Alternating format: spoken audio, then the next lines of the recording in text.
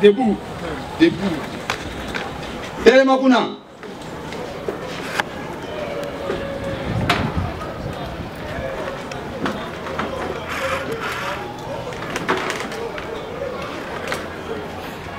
Droit. Aligné. Ah. Gardez. Faux. Portez. En main. Immobile.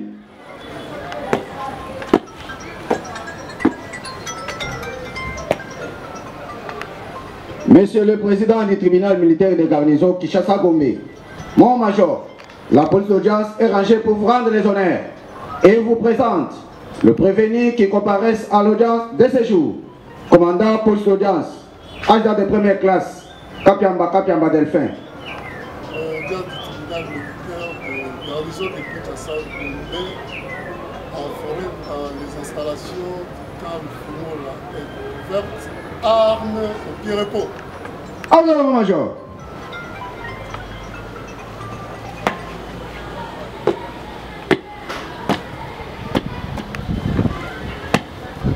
Armes. Ok. Repos.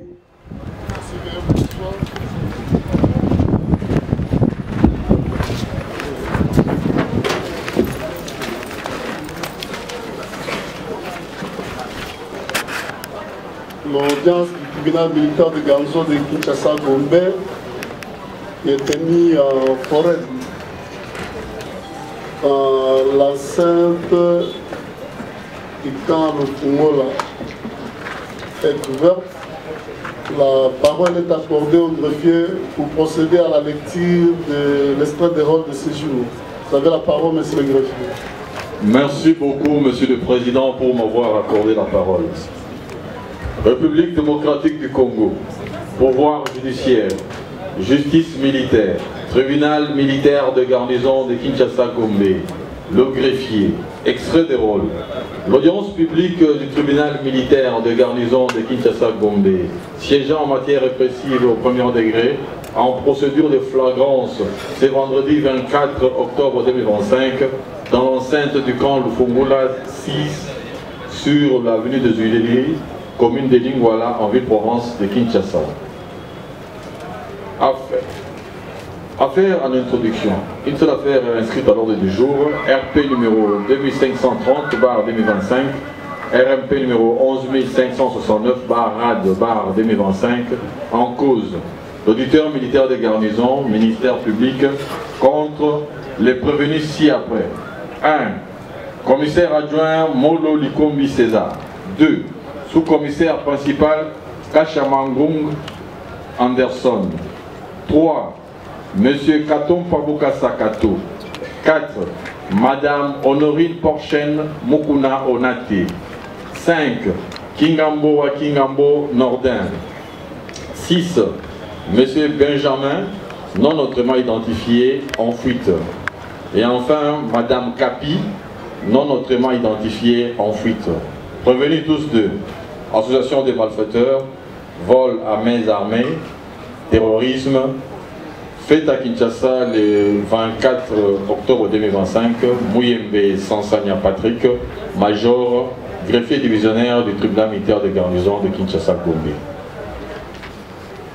Merci monsieur le greffier pour la lecture de l'extrait de rôle de séjour. Nous informons que l'audience est publique, que les gens peuvent assister à cette audience tout en respectant certaines conditions, celle de ne pas que le tribunal ait identifié ses organes de presse après la réquisition du ministère public. Le tribunal, sur pied de l'article 231 du Code judiciaire militaire, vous autorise à couvrir la présente audience et informe tout celui qui voudra ouvrir ces audiences de faire de même, sinon à la lecture de la loi, il y a des peines qui ont prévu au cas de violation de la loi. Cela étant, le tribunal va devoir rappeler l'affaire inscrite sous le RP 2530/25, RMP 11 569/25, en cause l'auditeur militaire de garnison ministère public contre le prévenu commissaire adjoint Molo Likombi César. Voilà, décoiffez-vous. Sous-commissaire principal Kacha Mangonga Anderson, à la barre. Décoiffez. Le prévenu Kanto Paboukassa Koto. Kato, voilà, à la barre. La prévenue Honorine Porsche Mukuna Onate.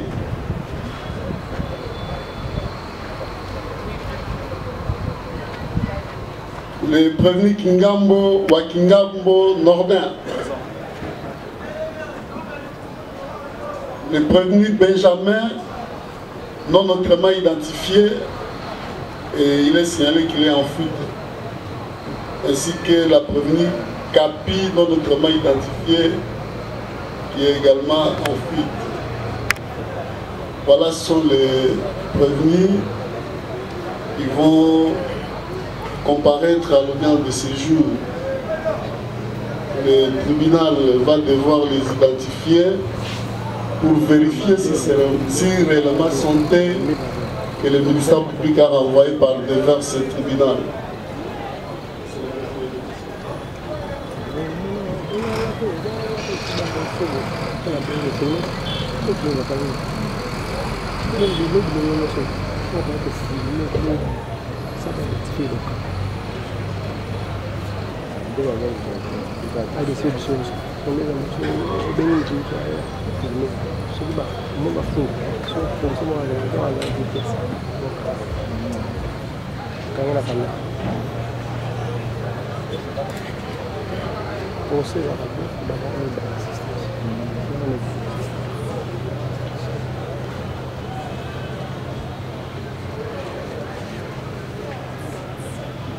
Voilà, contrairement à l'habitude du ministère public qui défère le prévenu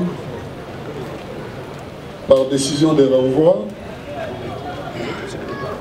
qui est le mode le plus visité devant les juridictions militaires, à ce jour, ces prévenus sont déférés devant ce tribunal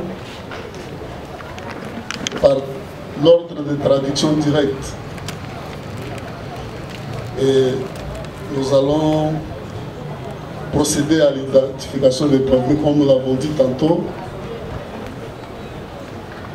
Cela nous permettra de vérifier si effectivement sont eux que le ministère public a traduit par devers ce tribunal. Maître, vous allez nous laisser poursuivre et il y a un moment où nous allons vous accorder la parole. C'était juste pour permettre aux avocats de faire appeler leur comparution, non, Monsieur le Président. Attendez, le moment viendra, mais voilà.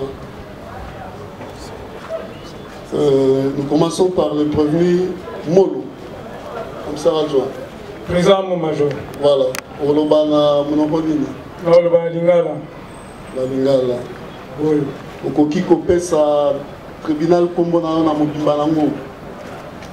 Kombo na ngai ezali Molo Likombi César. Obotami wapi? Kinshasa le 25 décembre 1968. Kombo ya papa na yo? Molo Litula. Azali? Akufa. Kombo ya mama na yo? Esanzo Machi. Azali? Oui. Oki koyebisa tribunal ceux qui sont originaires et à village nini. Nazali originaire village à Libela. Secteur nini. Secteur Munzamboli. Ezwami na territoire ya nini. Na territoire à Bumba. Oza mutu ya province nini. Ya Mongala. Okoki koyebisa tribunal ceux qui oza na nationalité nini. Congolaise. Otanga classe. 6 ans post primaire. Osala option nini. Littéraire.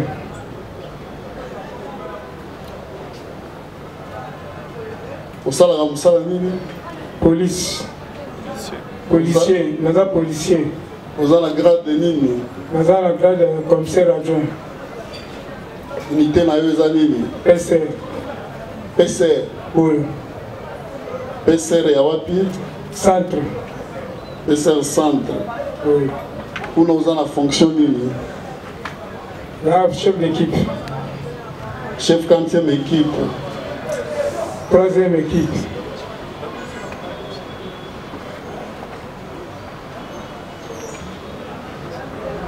Okoki kopesa tribunal numéro matricule na yo. Eza mwa mulai na kanga ngote mwa mjo.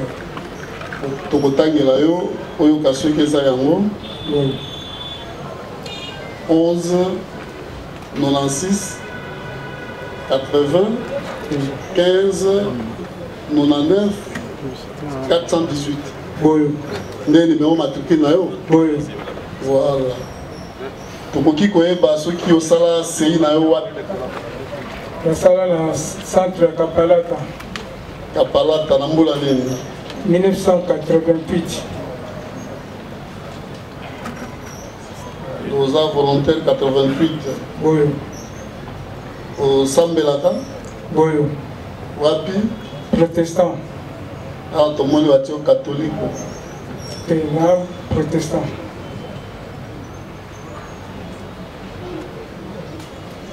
État civil na yo. Marie plus 8. Kombo ya mwasi na yo. Kapinga Lubanda. Bana olobi combien? 8. Okoki kopesa tribunal adresse na yo. Avenue Akenge numéro 6. Commune Yansele. Quartier CNTP. CNTP. Okoki kopesa biso numéro de téléphone na yo. 0900. Oui. 99. Oui. 18. Oui. 22. Ok. Tribunal alingi ayeba soki ozwaki ordre ya traduction directe par auditeur. Oui, la soki. Alobi atini na tribunal. Oui.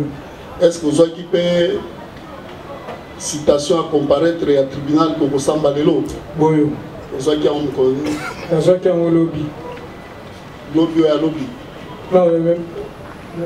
Nous sommes mercredi. Avant-hier. Ozwaki mercredi. Oui. Donc, au vu de ces deux exploits, le tribunal s'est dit régulièrement saisi à votre égard. Est-ce que vous avez un avocat? Oui. Maître, maintenant vous pouvez venir faire un peu votre comparution pour les comptes de ces policiers. Oui, vous avez la parole. Oui, Monsieur le Président. Merci de nous avoir accordé la parole. Les prévenus, Likombi César, il comparait en personne, assisté de ses conseils, Maître Chélé Lokole Dieudonné. Je suis avocat au barreau près la cour d'appel de Kinshasa Matete, conjointement avec Maître Assombo Kassende de Mathieu, avocat au barreau du centre. Merci. Le sous-commissaire principal, Kacham. Prenez le micro. Présent. Ressemble à l'amnoni. Lingala toujours. Lingala. Au PESA tribunal, comme on a Mobimbalango. Katia Mangong Anderson. Botami wapi? Kisasa. La date nini? Le 11 novembre 1972.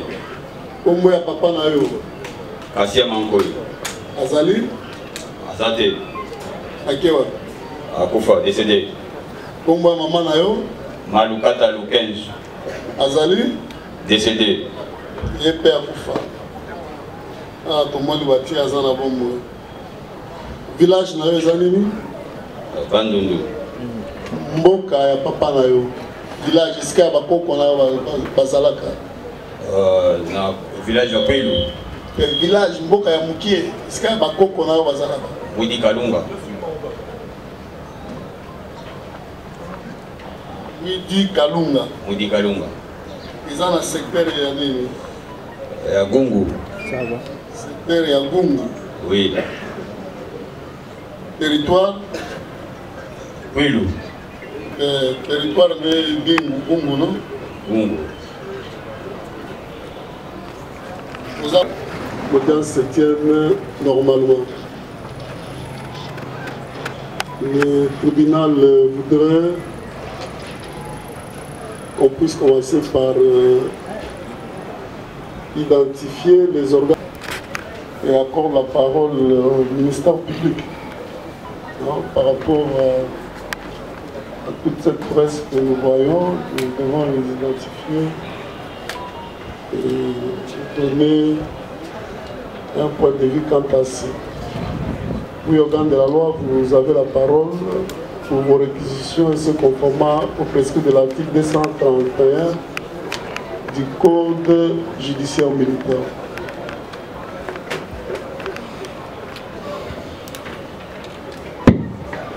Merci pour la parole, Monsieur le Président, distingué juge. Monsieur le Président,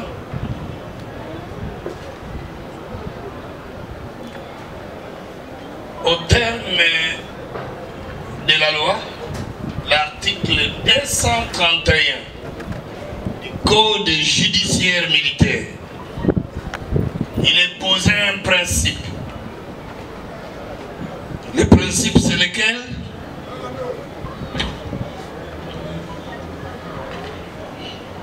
C'est l'interdiction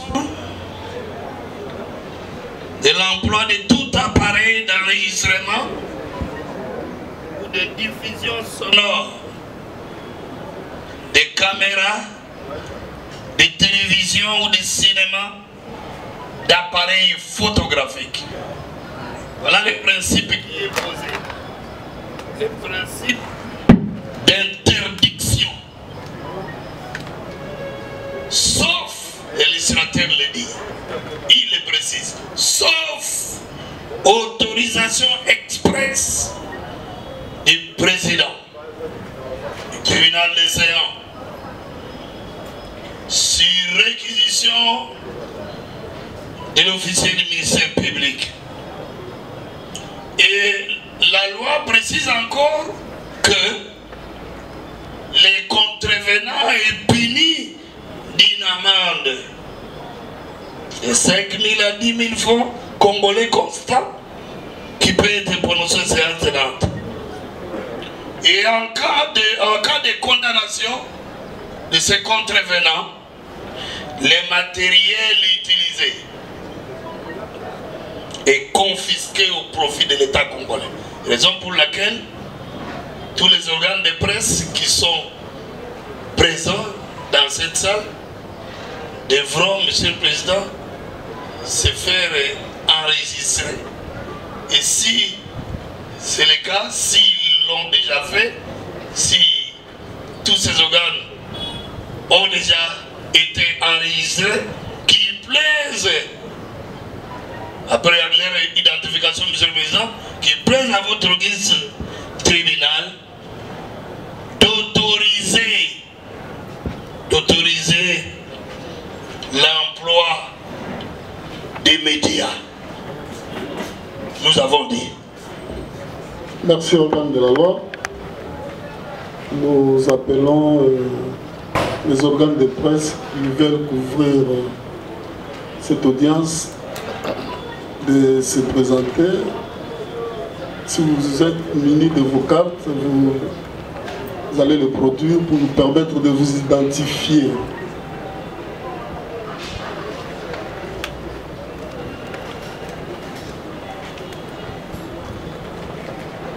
Oui.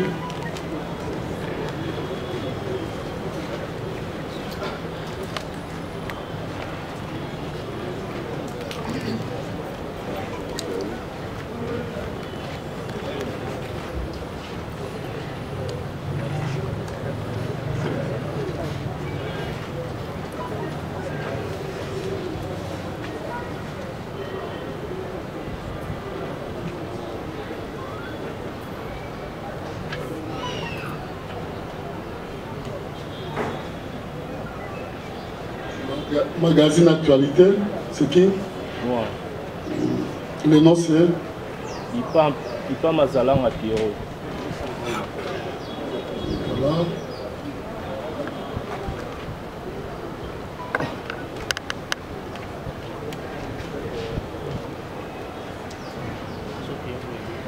Non, il y a le PC. Le nom c'est...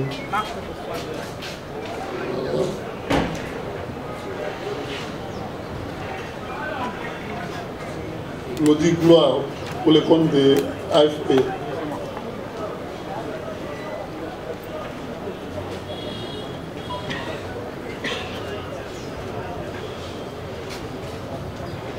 Oui, présent, monsieur. C'est pour le compte King France. King Press. King France, c'est là.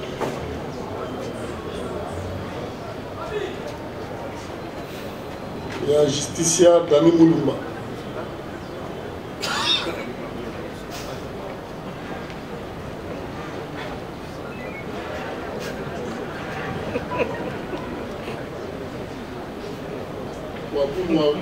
Oui, ça. Ou c'est quelle presse? Africa pour télévision.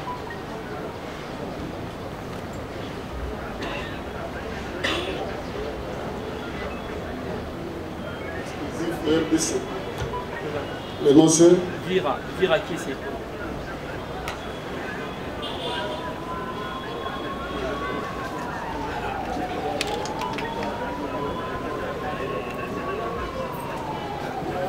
qui a reçu l'autorisation de reportage,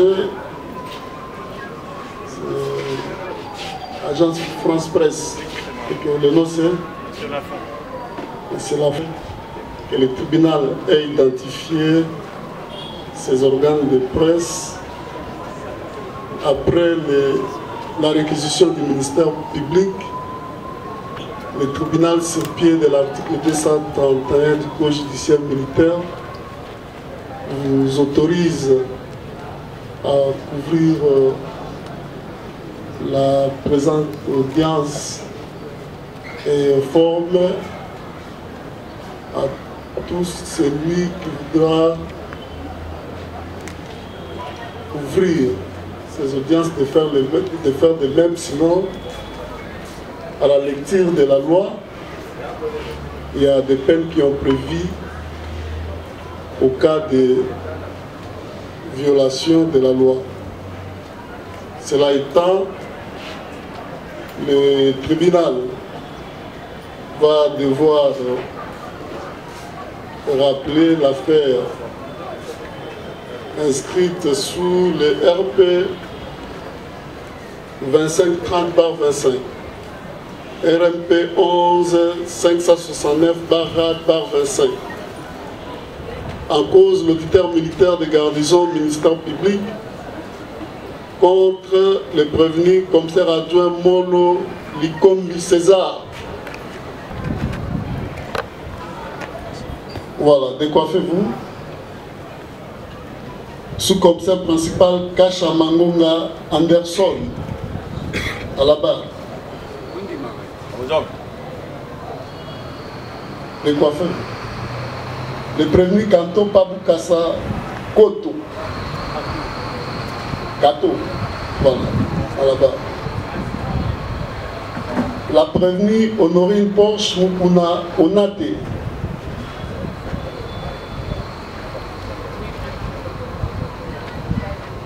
Le prévenu Kingambo Wakingambo Nordin. Le prévenu Benjamin, non autrement identifié, et il est signalé qu'il est en fuite. Ainsi que la prévenue Capi, non autrement identifié, qui est également en fuite. Voilà, ce sont les prévenus qui vont comparaître à l'audience de séjour. Le tribunal va devoir les identifier pour vérifier si réellement sont eux que le ministère public a renvoyé par devers ce tribunal.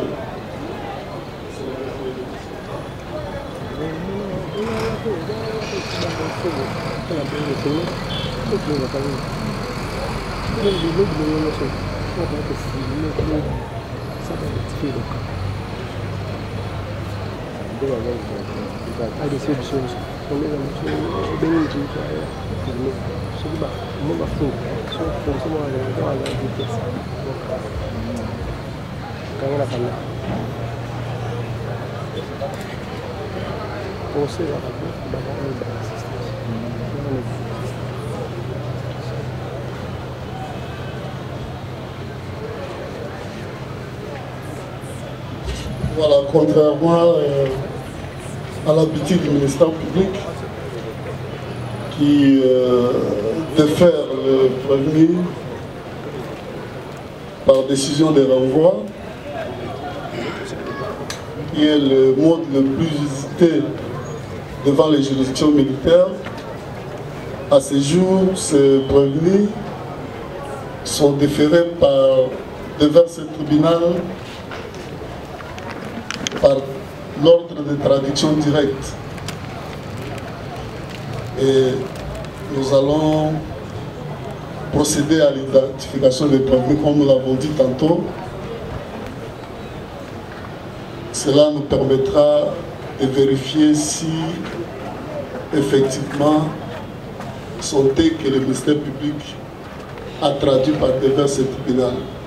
Maître, vous allez nous laisser poursuivre et il y a un moment où nous allons vous accorder la parole. C'était juste pour permettre aux avocats de faire appeler leur compte. Non, non, attendez, le moment viendra, mais voilà. Nous commençons par le prévenu Molo, comme ça, adjoint. Président mon major. Voilà, pour le bana Monoponini. Non, le bana Lingala. La Lingala. Oui. Pour qui copie sa tribunal kombo na mobimba nango. Kombo na ngai ezali Molo Likombi César. Obotami wapi? Kinshasa le 25 décembre 1968. Kombo ya papa na yo? Molo Litula. Azali? Akufa. Kombo ya mama na yo? Esanzo Machi. Azali? Oui. Okoki koyebisa tribunal soki oza originaire ya village nini? Nazali originaire village ya Libela. Secteur nini? Secteur Munzamboli. Ezwami na territoire ya nini? Na territoire ya Bumba. Oza mutu ya province nini? Ya Mongala. Okoki koyebisa tribunal soki oza na nationalité nini? Congolaise. Otanga classe? Bon, 6 ans poste primaire. Osala option nini? Littéraire.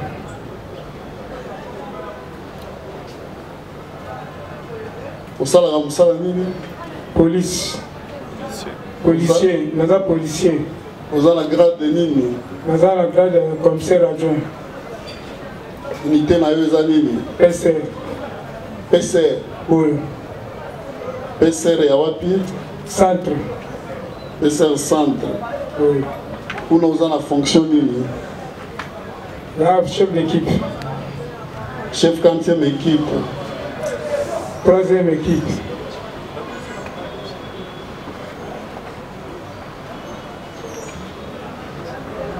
Okoki kopesa tribunal numéro matricule na yo?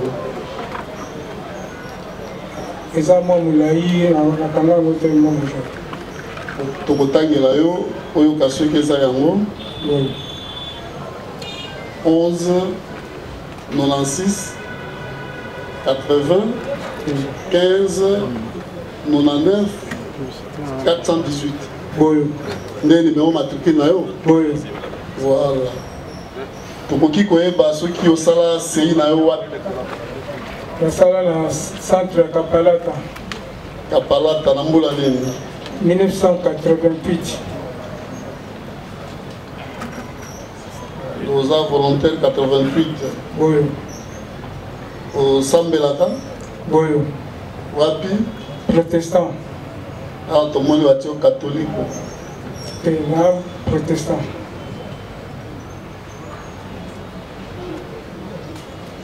État civil na yo? Marie plus 8. Kombo ya mwasi na yo? Kapinga Lubanda. Bana au lobby combien? 8. Okoki kopesa tribunal adresse na yo. Avenue Akenge numéro 6. Commune Yansele. Quartier CNTP. CNTP.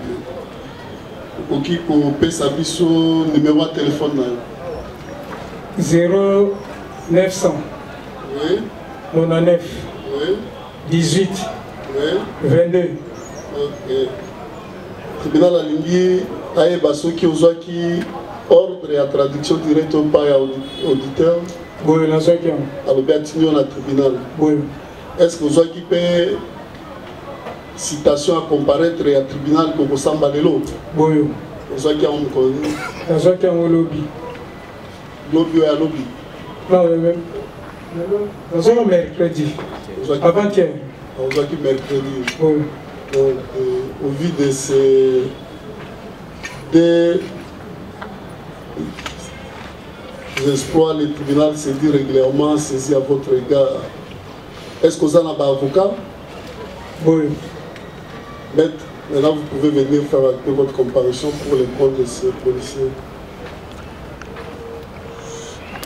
Oui, vous avez la parole. Oui, Monsieur le Président, merci de nous avoir accordé la parole. Les prévenus Likombi César, il est comparé en personne, assisté de ses conseils, maître Chélé Lokole Dieudonné, je suis avocat au barreau près la cour d'appel de Kinshasa Matete, conjointement avec maître Assombo Kassende Mathieu, avocat au barreau du centre. Merci. Le sous-commissaire principal, Kachab. Prenez le micro. Présent. Au Sambala Mnoni. Lingala toujours. Lingala. Au Pesa tribunal, Kumbona na Mobimbalango. Katia Mangong Anderson. Botami wapi? À Kisasa. La date nini? Le 11 novembre 1972. Kombo ya papa na yo. Kasia Mankoy. Azali? Azate. Akewa. Akufa, décédé. Kombo ya maman na yo? Malukata Lukenj. Azali? Décédé. Yepe Akufa. Ah, tomoni bati azana bombo. Village na yo ezalini? Bandundu. Mboka ya papa na yo. Village iska bakoko na yo bazalaka. Na village ya Pelu. Village mboka ya Mukie iska bakoko na yo bazalaka. Widi Kalunga. Widi Kalunga. Widi Kalunga. Ils ont un secteur ya nini? Ya Gungu. Secteur ya Gungu. Oui.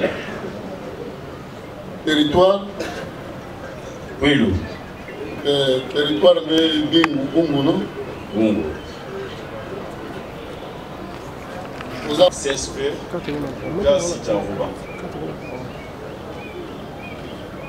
CSP. Ok.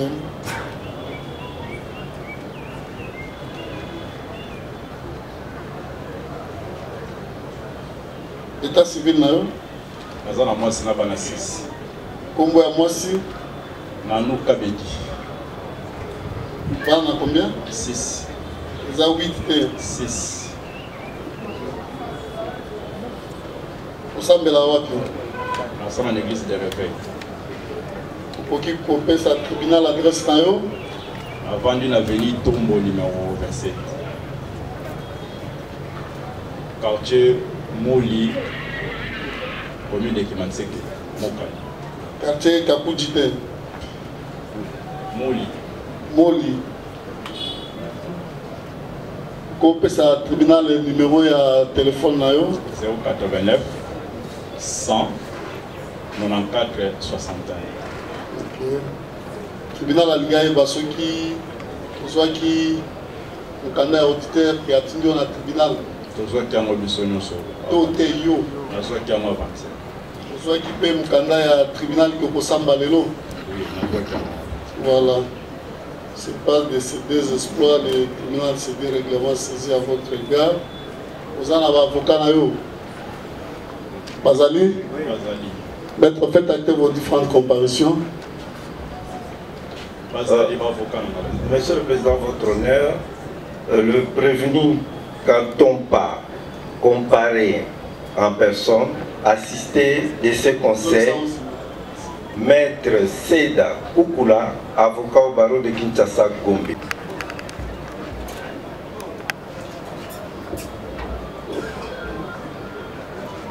La prévenue Honorine. Oui. Vous avez parlé en quelle langue?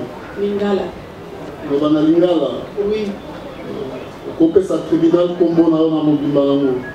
Honorine, on a te force. Rosongela. Honorine, on a te force. Mais le monsieur qui va nous faire nous qui l'a fait. En fait, nous, nous avons battu plus dans la passeport. Nous avons battu il faut faire déjà dans le passeport. Ok. Au Botano Wapi. À Kinshasa. La date nini? Le 1er janvier 1998. Pour moi, papa Nayo. Boalo Mokuna.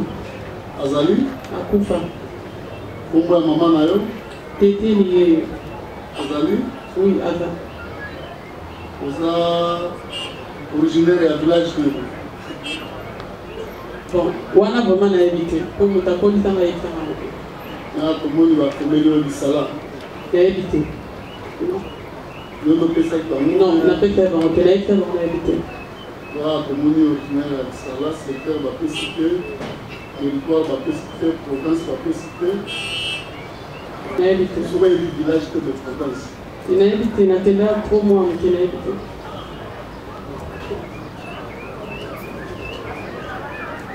Aux arts nationalité allemand.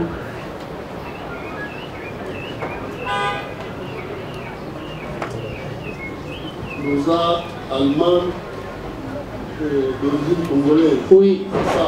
Oui. Ça, les forêts, sinon, pas origine d'ailleurs, village, secteur, territoire, dans la province. Bien que nos Allemands, les gens de la souche à la Congolais. Il faut ça la matassi. Oui, par un mot, c'est important, non? Oui, non, pas les forêts. Les applaces sont utiles, bien sûr. Pour pouvoir ça monter. Jamais. Est-ce que dans la classe? Oui. Dans la classe, oui. Si 12e, il y a allemand. Surtout ça, qui parle dans la surtout dans la oui, il va devoir dans le plus long pour la paille. L'université de métier. Et nous sommes qui n'a pas fait allemand. Oui.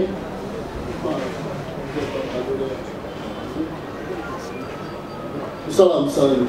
Bon, la minute, on a pas le temps de il y a un tiers, et là, on va occuper la balle à l'école. Bah, parents, bah, il y a un petit cabane à la tombe, bah, tu vas plus occuper la balle. Au forum, comme on a pas eu un monde de Nathalie. Je vais la pour faire comment? Un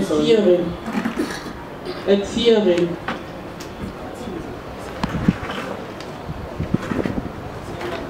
Et là, il m'a étiré. Vous avez la petite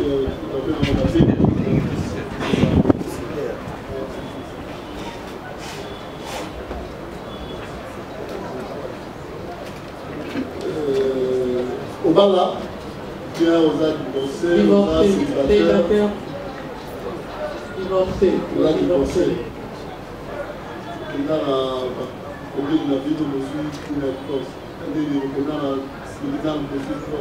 Non, en fait, n'a pas là le système de traduction. Après, c'est pas que on a pas parlé. Corolla Braza. Corolla Braza. Oui, petit cara. Oui. 4.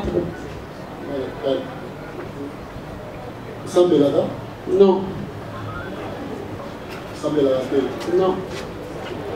Vous avez athée? Oui, on a athée. Bon, on a diété. Ah, ok. Donc, qui pose l'adresse? Il y a Allemagne. Il y a Allemagne et puis il y a Congo. La Congo dans un autre. Et ça, il y a Allemagne. Na Bergheim.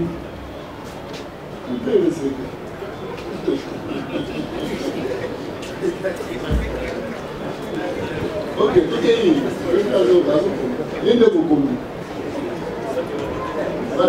Na Bergheim, l'huile est dans la Bergheim, pour ma poste la side, 50-127.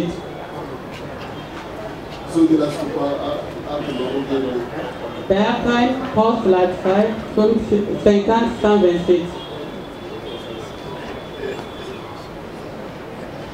Numéro 5A.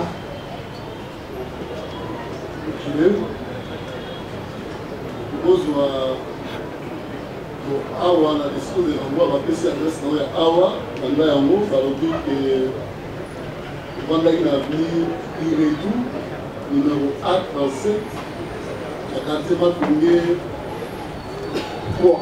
wana flat na bango ya Kalamu oyo eza flat discours pande ya ntango okomaki. Oui, flat. Ah, ok.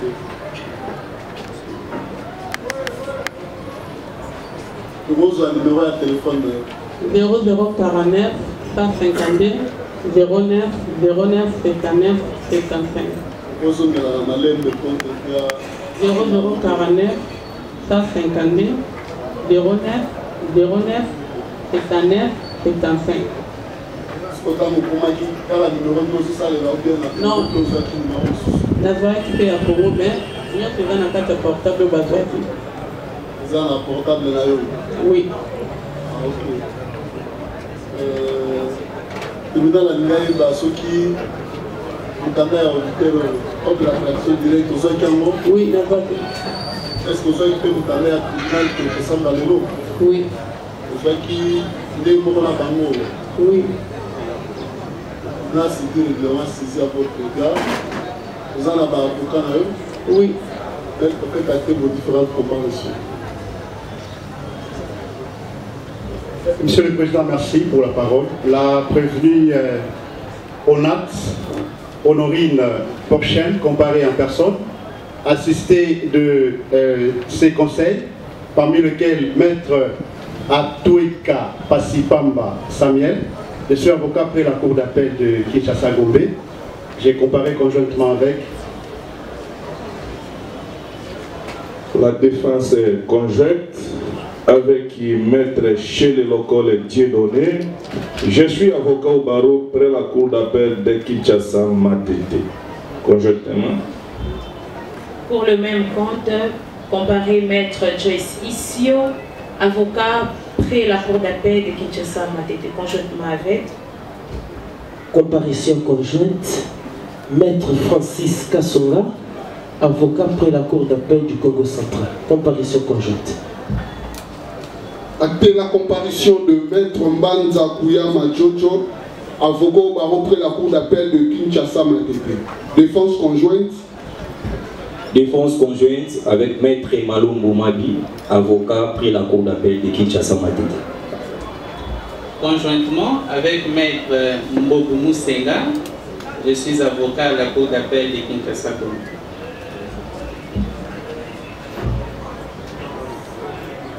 Voilà, nous allons poursuivre. Pour le compte de la propriété également.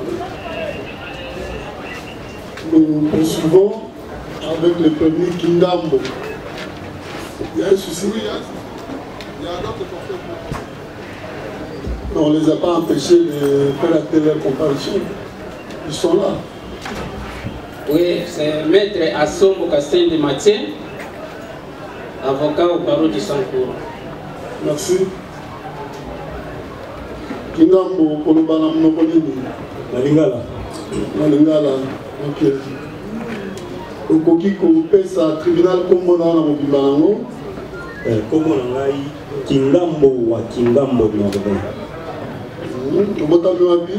Nabotami na Kikwit. Date? Le 28 avril 1978. 75. 78.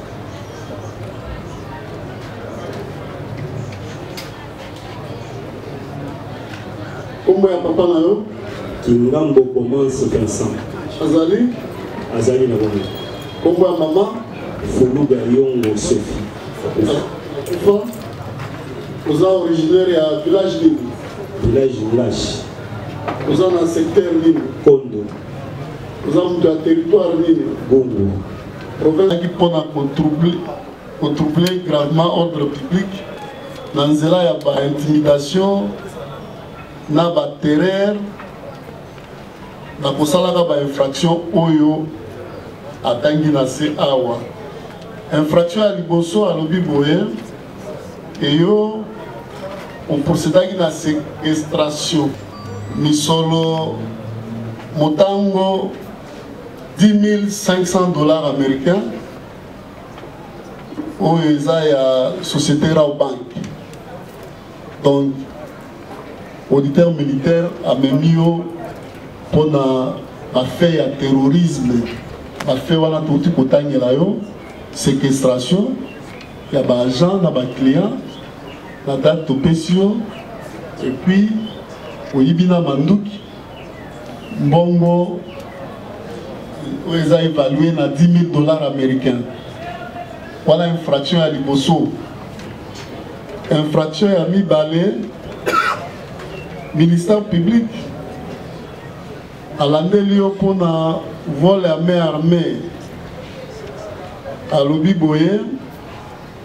Et quand on a date, à la Kinshasa, la date au le 16 octobre 2025, yo au Yibaki $10,500 américains. Pour la société Raobank, et aux alaki porteur et à Mundu qui a joué à plastique sous forme d'armes de guerre. Mundu qui a ngoy ngoy. Moni yango. Ah, néo alaki nango. Ah, yango la nelio pona mukoyi bana mandoki. Voilà infraction à mi-balé. Donc, rappelons que l'infraction à l'imposition à terrorisme et tout le monde a 20 ans à Boloko. Ce qui tribunal a monique au salaire qui a à solo. Il y a mis balai, vol à main armée et tout le monde a et tout le monde a liwa. Ce qui tribunal a monique au salaire qui a à solo. Il y a mis ça tout auditeur militaire. Tato ya colonel à Lobi Boye et kaka na Kinshasa et na au courant ya mois ya octobre 2025 yo zalaki na lingomba ya bato ya mabe okotaki na lingomba ya bato ya mabe lingomba wana et eza composé na Kashama Ngong Anderson, Kingambo wa Kingambo Nordin, Molo Likombi César, Kantompa Bukasa Kato, Benjamin na Madame Kapi. Et Lingomba na Binoana, Bo Salaki yango pona koyibaka na mandoki. Yonde ozali Mokolo Lingomba, bengi leader, net chef de bande, Ndeyo. Olandi? Wana eza ba fait au ministère public a tient la mutu na yo. Tribunal a ebiso lisusu ke tumbu na yango pe eza etumbu ya liwa. Oyoki? Nayoki. Voilà, wana eza pona oyo etali yo. Ceux qui t'ont vu au Batikali, à la différence, nayo oyo atieli terrorisme, oyo nyos Batikali, ministère public azolanda bino, pour un vol à main armée dans l'association des malfaiteurs. C'est-à-dire que chef de bande Nabino, né Honorine. Hein? Et puis, Bino, et l'Ongonaye, Boïbaki, $10,500 américains pour la société Raobank, pour la victoire. Et puis, la Lingomba, l'association des malfaiteurs, vous en avez quatre à Lingomba, Moussala Nabino, la Lingomba, et Zali pour la Koïba, Kanamandoki. Donc, pour la bino botikali et tumbu la bino pesa et tumbu yaliwa. Bolandi, les autres prévenus, et les policiers, vous avez dans ma solo, vous avez l'explication. Il faut vous être attentif. Pour vivre comme la vie en dépend. Vous allez la distraire. Mais si vous samba, vous avez un moyen de défense pour le tribunal, la décision à poser. Si vous avez distrait, vous avez emporté ici. On l'a dit. Association de malfaiteurs pour la mer armée. Chef de bande, prévenu Honorine. Voyez voilà, même à Gambo, la taille à colonel a même vu notre poste à tribunal. Awa, Kolomolawana, Tomoni, Bilo, présent, n'a pas objet saisi, présent, Bagan. Oui, ça a vu nos. On a bien fait plus de à l'objet, on a les enquêtes à dossier. Et ça va bien pour opérer. Ota, Bagan et Amoy. Bagan, on n'a pas objet saisi, parce qu'il y a un mot pas prévenu Honorine, chef de bande de la Bino. On les a abonnés à l'attaque. Noir à l'ati, au côté pour la opération. Oyope, Nenge Moko, ceux qui ont l'attaqué Moko, ceux qui ont Kabola, Kande, Tokoye Bakaka Awa, le service public a Web Sabiso, Kangour. Arme Nadino, Ogo Peraganamo, Yangour. Omoni. Arme la bino wana to moni pe ba masasi je crois que la mereza ko yango ba masasi yango yo tu ba dui to ben ba dui tu ba masasi tena oui apparemment c'est bêta qui bêta qui pour eza na kati eza na ba plastique na ngo oyo.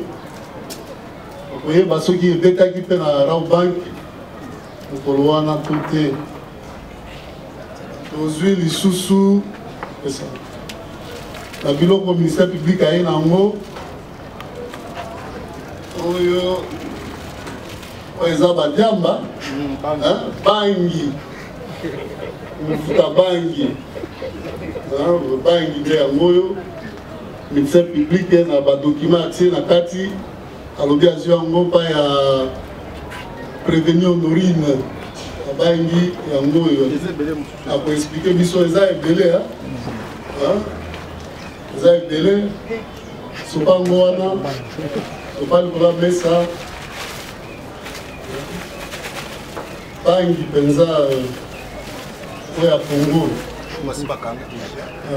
Oyo, ils ont déjà pris pour la Romela. On la banque qui va aider. Comme il a été aux gens d'État, on met là. Ah ouais, carte, bon, vous allez laisser passer HP. Il y a M. Aldi Projet.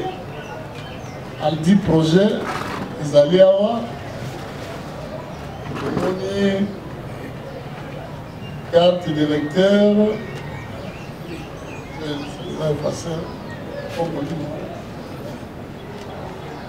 Carte d'électeur et l'obligat des hommes à la méoditaire à Webster sous ce que Nani.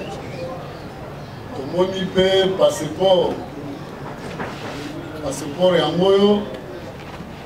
Oui, à Honorine. Au moment douter au hasard allemand, peut-être. Hasard allemand, passeport et en moyo. Et mon ami. Ça dit Awa. Awa, tout ça.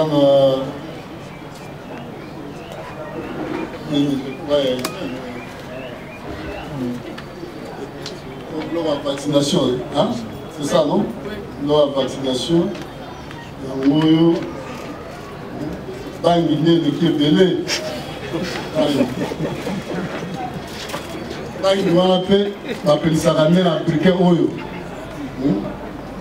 dans la groupe Labino, on me dit Bangi, alors terre à Zolo. On peut ici, na mupuse, tu n'as pas qui pour pas aller au tribunal. Les aboyés, voilà, pour qu'on passe à moyen de défense de Bino par rapport à ma fait, n'engue auditeur à Memi Bino au tribunal. Y a-t-il des préalables avant d'entamer le fond de la présente affaire? Monsieur l'organe de la loi. Merci pour la parole, Monsieur le Président, honorable membre de la composition. Monsieur le Président, il n'y a pas de préalable. Nous sommes prêts pour en découdre. Nous avons dit. La défense, y a-t-il des préalables? Nous commençons par les parties civiles. Monsieur le Président, Messieurs les membres de la composition, Messieurs l'organe de la loi, la partie Raobank qui venait de s'être constituée partie civile a suivi avec attention soutenue les préventions mises à charge de prévenir ainsi que les objets ayant fait l'objet de saisies. Cependant, la partie Raobank voudrait vous exprimer une demande pour bien organiser sa défense. Elle devrait avoir à accéder au dossier physique du ministère public afin de la huitaine pour pouvoir procéder au devoir sus-évoqué. Votre honneur, en complément à ce que vous demandez le confrère, le dispositif restant par ailleurs de main pour nous, la société Raobank SA estime qu'elle pourrait avoir des éléments tout aussi probants à verser à devant votre tribunal et qui pourraient très utilement contribuer à l'instruction. Aussi, une remise à la huitaine pouvant nous permettre de les déposer à temps pourrait assurer une bonne issue de cette instruction que nous avons. Partie civile. Partie civile. Monsieur le Président, la partie du Joubidor, émettant dans les mêmes zones d'ombre que la partie civile Raobank, réitère également cette demande, d'autant plus que ce n'est que hier que nous avons appris, d'ailleurs par la voix des ondes, et je pense que les greffiers ici présents nous a vu courir, juste ne serait-ce que pour avoir le numéro du dossier, et l'on n'a pas pu accéder au dossier pour permettre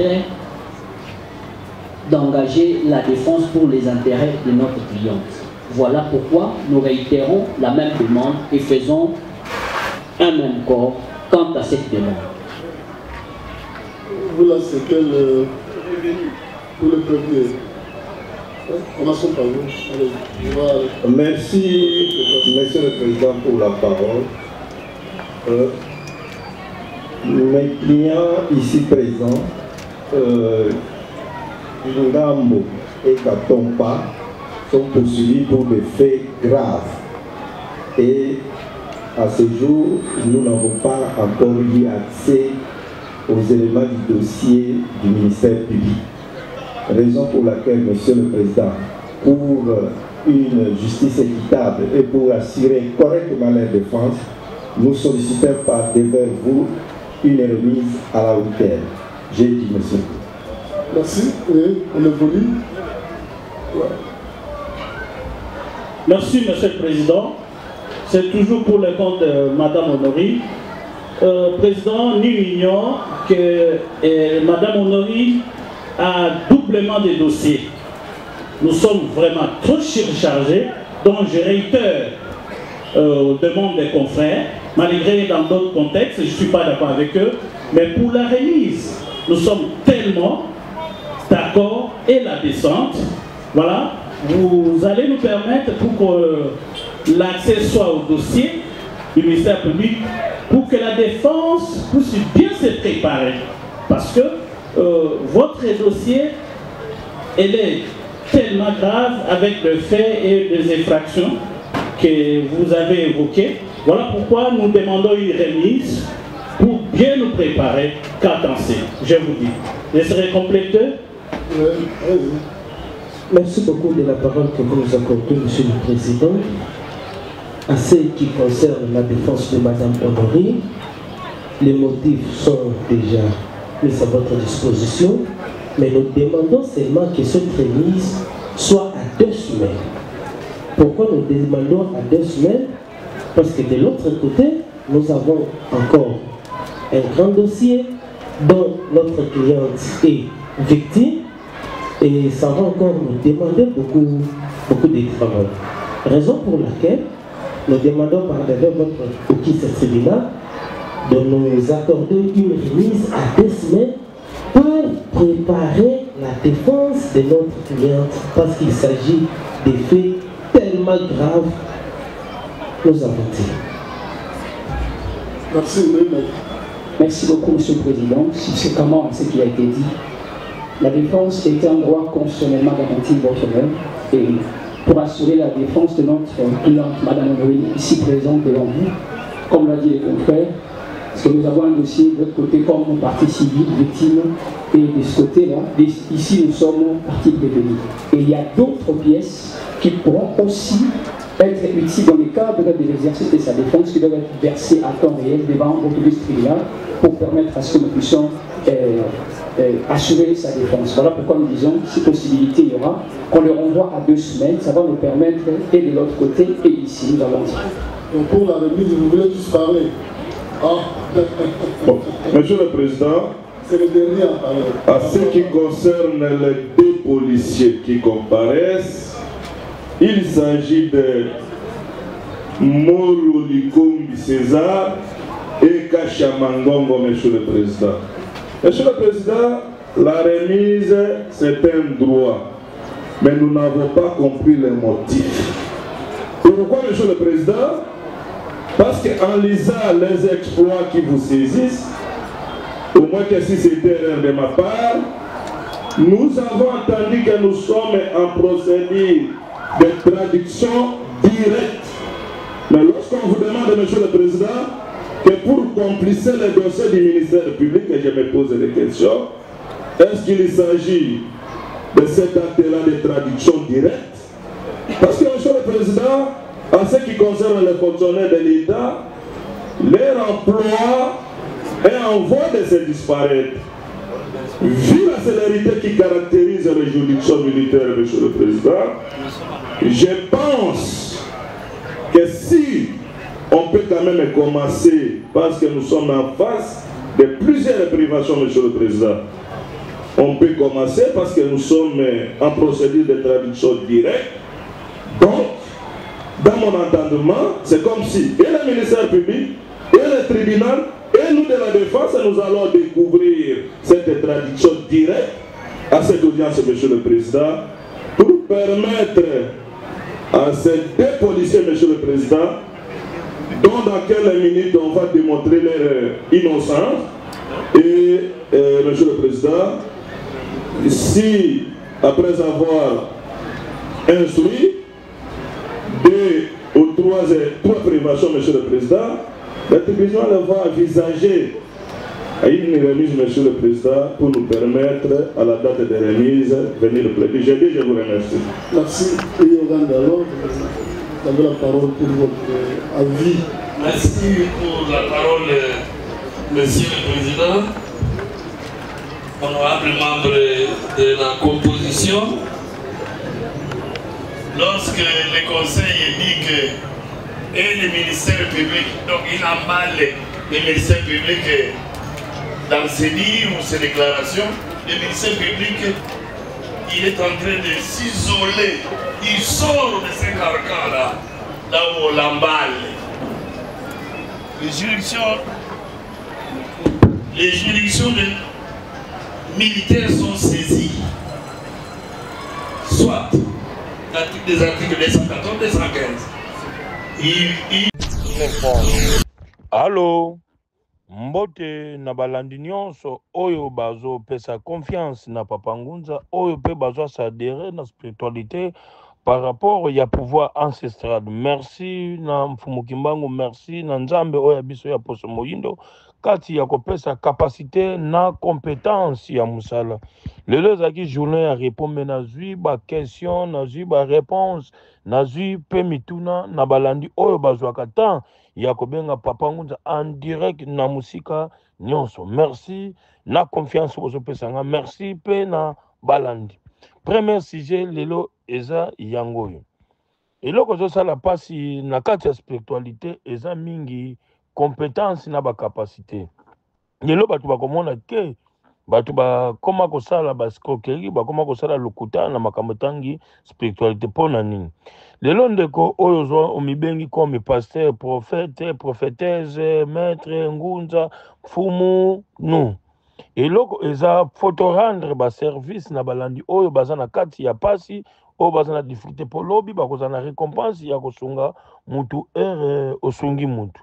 Lelo batu bazobima ba escroc par rapport ya kwa eloko nyonso eza na spectalité nango oyo tokobenga eloko nyonso eza na capacité ya mutu oyo ya kosala. Chaque mutu asa na domaine ya eloko oyo azosala.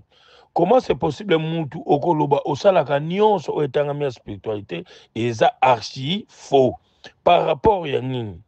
Spécialité ya mutu foyeba mutu mususu asalaka minu mutu mususu makamba libala mutu mususu apesaka mbongo mutu mususu asalaka bo photo zala na ba norme lelo ata totangaki ba classe ezalaki na mutu oyo azui 50% 60% 70% erbo komi na ba troisième humanité chaque mutu ngana kesala option oyo ngana kesala oyo mutu musu azui diplôme mutu musu akena galua mutu musu akena doctorat mutu musu akesala thèse nango par rapport ya capacité botika kondima musala oyo za na compétence nango kosala te rendre yango service te yango ezobebisa musala yango ezobimisa mutu ke incapable na lukuta na escroquerie na kati bandeko na ngai bozala très prudent na biloko wana topesa musala valeur osungi mutu wana pe lobi akosunga yo na kati eloko oyo ebandaki kosala ye pasi.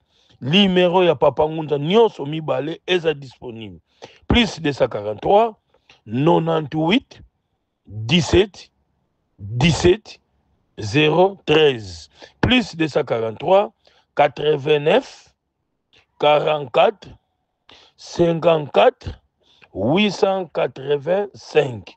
Balandi bozalaka très prudent pe bozalaka mayeni. Lelo mutu mususu spiritualité abanyango lelo abanyango lobi directement na salisaka na bikisaka na pesaka mbongo. Na kasi ya makambo spiritualité eloko eza facile ezalaka makambo ya mbongo par rapport wa nini? Mbongo eza demande ya mutu oyo asengi mbongo. Mbongo eutaka pa mutu oyo te yo bengi. Mbongo eza demande na yo.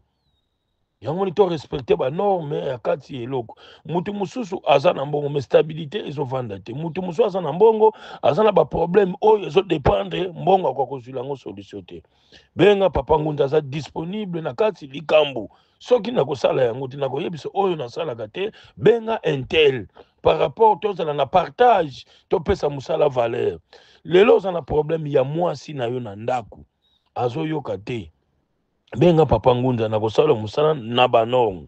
Lelo yo mwasi poza na problème mobali akende boy akoma kopesa confiance na mwasi mususu akoya Congo atiki yo kuna awa na Congo azwanda ko atonga lupa na yebisi yo mwasi te oza na problème na mwasi na panza mwasi wana na mobali na benga Papa Ngunza directement sans problème les mêmes temps les mêmes jours les mêmes heures na zuli ba disposition wana.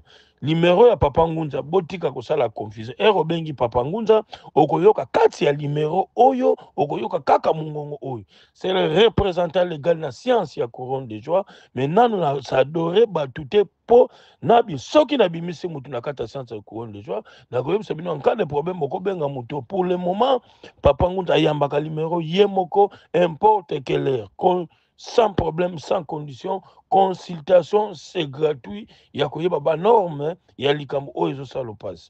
Plus 243 98 17 17 013. Plus 243 89 44 54 885 wana kozwa Papa Ngunza ye moko en direct n'importe quelle heure. Le deuxième sujet oyo tozana ngo oyo ezotungisa mutu nyonso kati ya bomoi. Lelo yo ndeko mobali oza na problème ya faiblessité ya kimobali ya éjaculation précoce ezotungisa na niveau moko oyo ezake partage ezosalama ba divorce ezosalama bokabola ba chambre na mama ponini ozosepelisa mama te oza na problème ya kimobali na yo peni ekomi mokie ekondi na koyesa ngo mulai na koyesa ngo munene soko lingina tiango na 22 cm 24 et 26 eko dépendre na dimension auto ko sala sur place oyo komona kaka na mai kaka na mafuta sans problème respecter kaka ba condition oyo na koyebisa yo okotuna tozaka na négatif na positif oza na problème wana ya kimobali faiblessité na kotiela na dimension na endurance oza na problème éjaculation précoce soko bombi ki faiblessité ya kimobali ekoyelo na 4 maladies soki oza nango bien na komi nango te 1 okozwa ma problème ya vision 2 problème ya tension 3 problème ya prostate 4 problème ya sucre yango monike bozala na bokebi bozala na bobangi te benga Papa Ngunza sans problème sans condition tata wa beto mfumuki mbangu oyo aza mvuluzi oyo atikaki mutu oyo akorespecte banorme ya musala akozwa babenediction akosala makambo na kimpefe ya longo oyo ebandaki kosalama na sans problème na sans condition kobanga Papa Ngunza te problème nyonso oyo moni ezosala yo pasi boza na problème ya divorce na mama boza na problème ya divorce na papa benga Papa Ngunza naza disponible oza na problème soko ozwi mbongo moteme komi moto soki esili makanisi ezongi eza maladi oza na problème ba blocage ba lien familial biso chaque année tokufelaka biso soki tozwi mbongo boy kaka na famille mutu moko benga Papa Ngunza aza disponible mpangi wa beno Kongo ba vene ngangu yenkindwa tusunuki awonto munanzila ya tata Simo Kimbangu numéro ya Papa Ngunza plus 243 98 17 17 013 plus 243 89 44 54 885. Troisième sujet, boza na problème oyo tobengaka jet d'hasard oyo et rendre bato service ya mabeti na suka. Oza na problème oyo lingi o récupérer mbongo na oyo mundele a consomma yo. Benga Papa Ngunza poso mba coupon na yo ya ba kusir oyo oza nango besoin million nyonso ya yo 10% ozongisi Papa Ngunza. Jet d'hasard comme partout dans le monde. Au Betaka G, aux en France, aux en Belgique, aux en Canada, aux en États-Unis, aux en Suisse, partout dans le monde. Somba coupon na yo, o récupérer bon. Le batu musu baza ba victime, le batu musu ba koma na ba nyonga batu ba koma escroquerie, ba teka bandako. Mondele toujours atiaki magie blanche na kati, yango moni ba koko ba pesi puissance. Toza kaka na promotion ya 7 jours ya pamba, eko kate zalaki e kataki ba pesi sur 7 jours ya pamba. Kozala ki di bate, kozala distraité, oyo bomona pouvoir ancestral ya poso moyindo alakisi miracle oyo asalaka na butu et comme ko bimana moi par rapport à ko respecter kaka ba norme oyo likam. 4 ozana problème mukanda na yo bande kota na préfectif osala lettre na komi ti lelo document bimaka te bozana problème ya blocage ya ba visa ya famille bana ya yo moko mwasa ya bana baya benga Papa Ngunza naza disponible partout opesi ngai kombo complet oyo kotisa na komi oyo kotisa na préfectif benga Papa Ngunza sans problème sans condition oza na problème 5e sujet oza na capacité na compétence ya musala mais bando zwa musala tisiko promotion ezate grade ezate permutation ezate benga Papa Ngunza na promotion partout o salaka na DGI na DGDA na OFIDA na OCC partout na musala o salaka entreprise ya l'état entreprise privée benga Papa Ngunza naza disponible na bisika na promotion nyonso olingi na tia yo oza na problème mbongo na yo banda eza bloqué ti lelo bapesaka yo te osala mikanda ya finance quelque part eza bloqué par rapport ya compétence no musala benga papa Ngunza naza disponible nayambaka téléphone n'importe quelle heure ngai moko sans problème sans condition plus 243 98 17 17 013 plus 243 89 44 54 885 nyonso mibale eza na WhatsApp obengi na moko eleki te obengi na oyo mosusu naza disponible mpo na bino. 5e sujet oza na problème ya mwana banda mwana botama 4 5 6 7 8 10 ans 15 ans mwana alobaka te komi baba mongol miwe benga papa Ngunza nakolobisa yo mwana lelo bandeko mosusu oyo bazalaki na baproblème bana babandaki koloba te bazalaki na problème bazalaki na mabota te banda mariage yo papa yo mama bopesaka pe témoignage na bandeko mosusu mpo balongwaka na bobangi mpo lelo mosala spiritualité ya de bato bazoso adopte yango ya de bato bazobanga par rapport ya escroquerie ya kimoyibi oyo ezoleka na bato oyo baza na capacité te lelo napesaka bino exemple lelo ata na kati ya classe mwana nyonso bayekusaka ye na eloko soki apesi volonté nango lelo oza pasteur oza limité ya koyeba kati ya voyance ya eloko motu oza na problème yo pasteur ozwaka baclient bele bandimi bayokaka oyo yo basala badon benga papa Ngunza nakopesa yo attirante oyo ezali comme domination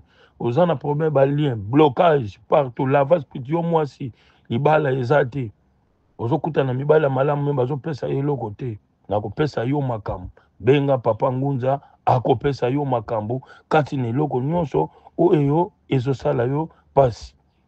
Sujet ya suka mpona lelo bandeko lelo eza demi journée vendredi mutu nyonso aza na problème oyo azalaki na bobangi oyo azalaki na doute erozwi message eza hasard te benga papa Ngunza oyo bakoko na yo balamusi olongwa kati na blocage kati na mukakatano mutu nyonso alinga stabilité na ndako na bana na mwasi bavanda kimia eza na ndako te benga papa Ngunza avandisa bino kimia podi bon ti nzambe jour akobenga moko na bino oza na problème mutu azwa yo mbongo esali 4 5 10 ans ata kufa soki décharge ezali bi eza te benga papa Ngunza naza disponible ya kolakisa miracle oyo ya tata wabeto mfumu Kimbangu muna nzila ya Nkamba papa Simo Kimbangu mama Kimpavita papa Nkanza Toma papa Nzinga bau batu sisi la ngangu yendwenga mulanda nsiku wa wonto muna nzila ya tata Simo Kimbangu. Merci.